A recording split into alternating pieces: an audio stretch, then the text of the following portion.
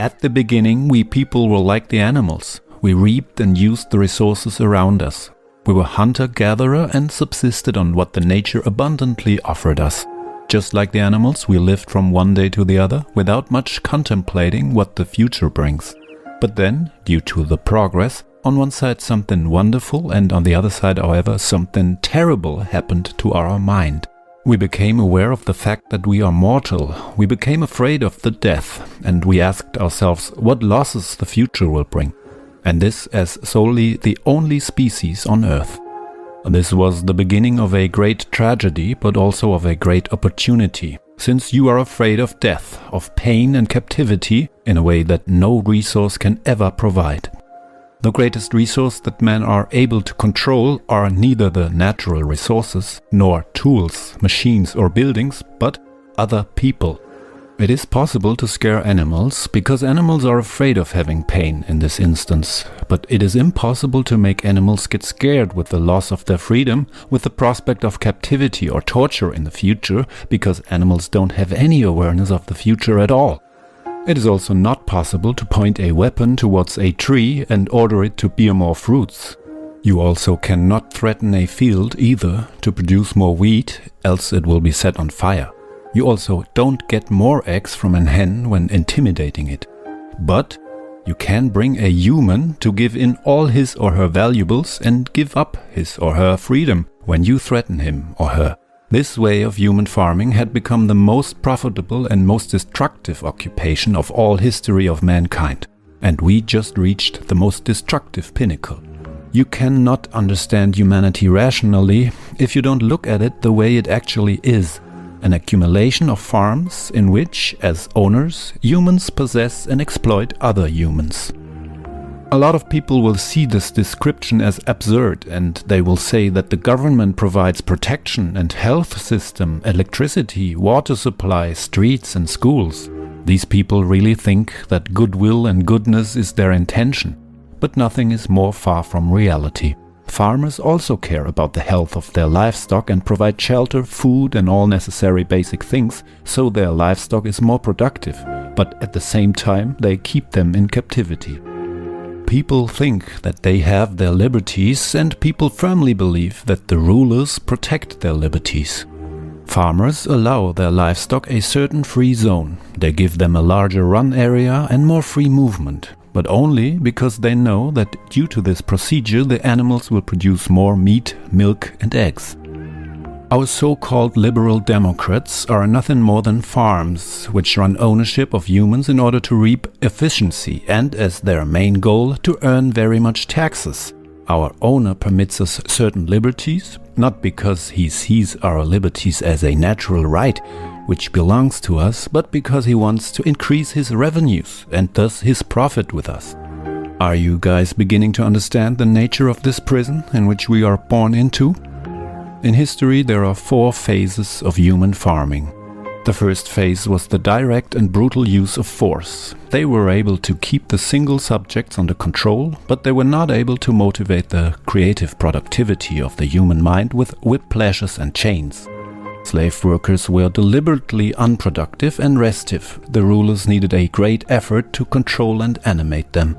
In the second phase, the slaves got a certain limited form of liberty to be creative and intuitive. Thereby, their productivity was increased for their owners. Also, the government was getting more wealthy, since they could earn more taxes and thus expand their power. During the third phase, the serfs were established. In this phase, they were permitted to till a section of land, but were forced to pay the tithe as a kind of tax. Instead of belonging to any owner like a slave, the land and everything that was on it was property of the elite, and the serfs were allowed to work on it as long as they pay their due toll. This particular form of human farming collapsed, however, when better forms of cultivation developed, greater areas condensed, and more peasants had to leave the acreage. It was possible to produce with less workers. This increase of productivity brought a surplus of groceries, which again made a growth of the cities possible. After that there came the fourth form, the so-called modern society. When the masses of uprooted masses flooded the cities, there was a great supply of cheap human capital, which was available for the aspiring industrialists. The ruling class realized very soon they can make more money by allowing their livestock to choose their own profession freely. With this current model, the direct slave ownership and servage has been replaced by the mafia model. The mafia usually does not own any enterprise or staff and resources. It only sends its debt collectors every month to cash their amount from the actual owners. Today, the government does nothing else by committing protection racket. It leads us to believe that it offers us protection for which we pay. At the same time, we actually have to be protected from itself. You may choose your own profession now, and you are allowed to own and keep your own enterprise, what increases your own productivity vastly, and thus the taxes and dues which you have to pay your masters. The few liberties are granted to you because this way you are more profitable for your owners. This is working so well that today's dues are at the highest point ever, and 3/4 of every year we work solely for the government. A very subtle slave farming which is operated when the slave doesn't even realize that he's actually a slave.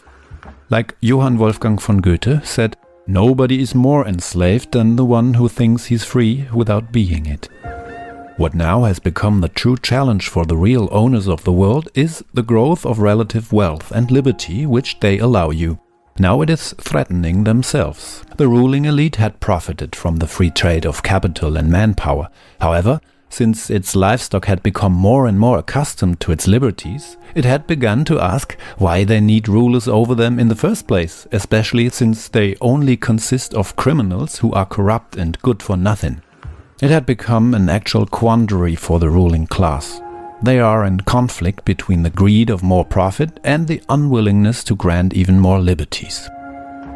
A typical example is China, where the communism coexists alongside capitalism. There is a political dictatorship, but there is also a free market economy. The Western model tends more and more towards this model, where freedom of opinion and human rights get more and more restricted, and the police state got introduced, but the economy is granted absolute freedom. Actually, this is the definition of fascism. The fusion of government's power with the corporation's power, where the absolute decisive state cares about the welfare and thinks for the people and lead them. To keep the tax-paying livestock within its enclosure is a process which proceeds in 3 phases. First, the young generation becomes indoctrinated through the education system by the state so that it only sees the fenced and controlled world as legitimate. Through this process, the thoughts are controlled and the mind is put in the wanted shape. The second phase is using the livestock against themselves to pit them against each other by creating dependent cattle, which are useful idiots, and giving them the task to control and betray their fellow cattles. It is very difficult to control the flock by direct force, and when used, it decreases the productivity dramatically. The former communist dictatorships are an example for this. When kept in strict captivity, people are not motivated and they don't produce efficiently. But when people think that they were free, then they will produce much more for their owners. Capitalism is the pretense of freedom. You are left with one freedom, to decide what to consume, which products to buy, though this is also controlled by advertisement subconsciously. The best way to maintain this illusion is to enhance some of the cattles and bring them to the other side of the fence. The animals which have become dependent on the hierarchy can make every other animal which dared to break ranks step back into the ranks. They will put down those who point out how immoral ownership and farming of humans is. If you manage to get the flock to attack each other, as soon as anyone reveals the situation they are in, then you don't have to expend much effort to suppress them directly. The dependent cattle will do the dirty job for the owner of the flock. The class of intellectuals, which was influenced by the indoctrination the most, and was corrupted by academic titles and privileges, will violently oppose any questioning of the advantages of such human farming. And the others, the animals depending on patronage of the owners, who thinks they are something better, like the class of artists and media representatives, they will tell everyone who demands freedom and escape that you jeopardize your fellow cattles.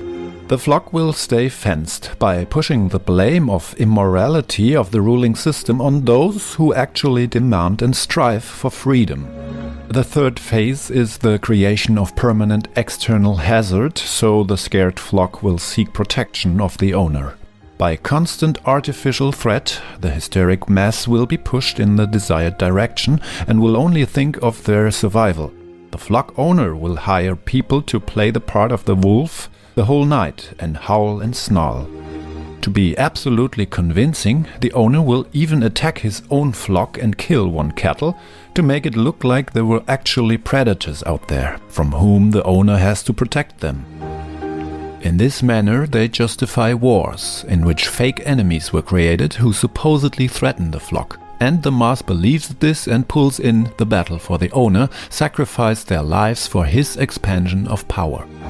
The wars in Iraq, Afghanistan, Pakistan, Sudan, Yemen or wherever, and the forthcoming war with Iran are not about democracy or freedom. This is ridiculous. It is all about profit, power and control in favor of the slave owners. But this kind of human farming has come to its end. The numerous crises which we experienced recently, the world economic crisis in particular, were created by the granted liberties. The increase of wealth in the last 100 years was created by the economic liberties. This very increase of wealth had made the power, extent and greed of the animal farmers go sky high. When the flock becomes more and more productive, then the quality of animal owners grows and the quantity of dependence of them. Economical liberties create wealth, and wealth attracts more and more thieves and crooks, whose greed then destroys the economical liberties. In other words, more and more parasites live on the flock and suck up its entire blood. The whole system is full of metastases, and they will become a lethal cancer ulcer, which leads to its certain death. A government apparatus which began small will always end as an unhuman monstrosity. This process explained why all livestock owners always seek to have larger and larger associations, why there is globalism, the NWO, the New World Order, with its ultimate goal, the dictatorial world government. All despots of the past wanted to rule the world, but only caused death, suffering and destruction in the end. That is why there is no alternative to a real, free and peaceful society which has a small, manageable structure.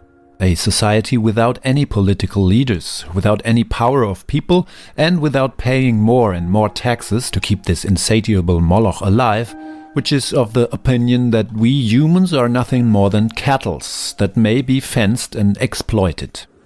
Being really free is very simple, but at the same time very difficult. We don't have to put up with the assaults of the camp followers from within our own rows anymore. We have to wake up and finally see the fences, which keeps us incarcerated.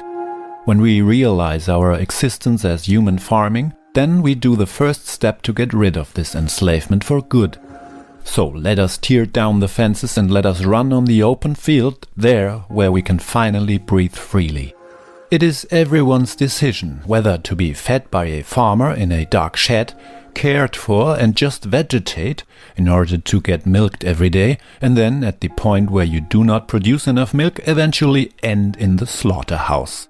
Or you want to enjoy the sunlight, look for food on your own and be independent and free. One pig says to the other, "Listen, I have heard the rumor that the farmer just feeds us because he wants to slaughter us eventually." The other pig says, "Oh, it's always you with your conspiracy theories."